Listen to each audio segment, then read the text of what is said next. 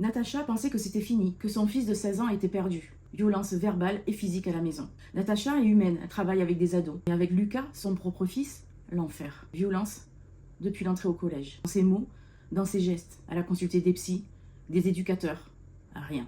Le déclic, c'est quand son fils Lucas a subi lui-même de la violence chez un employeur. Et là, elle a compris qu'il ne s'en sortirait pas tout seul. Alors, qu'est-ce qu'on a fait? Séance 1, séance familiale.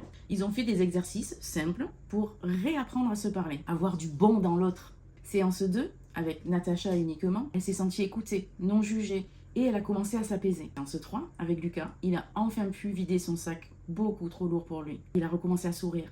Dès la première semaine, aucune violence physique. Semaine 2, Lucas sort de sa chambre et taquine sa mère. Semaine 3, il réussit un entretien avec son nouveau patron en apprentissage. Mois 2, 14 de moyenne sur son bulletin. Mois 4, ambiance détendue, plus de violence, et Lucas est assidu au travail. Lors de la dernière séance, Lucas m'a dit « J'ai aimé tout le parcours avec maman.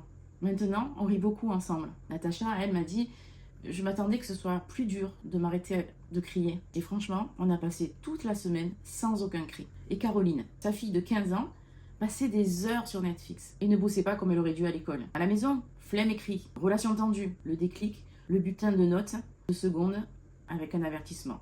On a travaillé la confiance de sa fille, la gestion de ses émotions, son autonomie. Avec Caroline, on a travaillé l'acceptation. Ta fille n'est plus une enfant.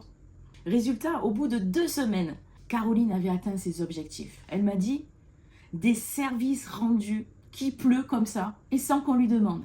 Ça n'était jamais, jamais, jamais arrivé. Natacha et Caroline n'avaient rien de spécial. Elles étaient comme toi, épuisées, désespérées, convaincues que c'était foutu. Pourquoi ça a marché? Ma méthode a été testée et prouvée auprès de centaines de mamans. Le process est fiable, simple et rapide à mettre en place et sans prendre trop de temps. Il suffit juste que la maman soit motivée. Le reste se met en place. Ce que tu auras après la conférence de jeudi, comment arrêter de subir et reprendre le leadership. Comprendre pourquoi il ou elle fait exactement ça. Comment inverser les rôles sans guerre ouverte. Comment éviter et réparer les conflits. Ta stratégie personnalisée étape par étape. Alors, rendez-vous jeudi à 20 h, je t'attends.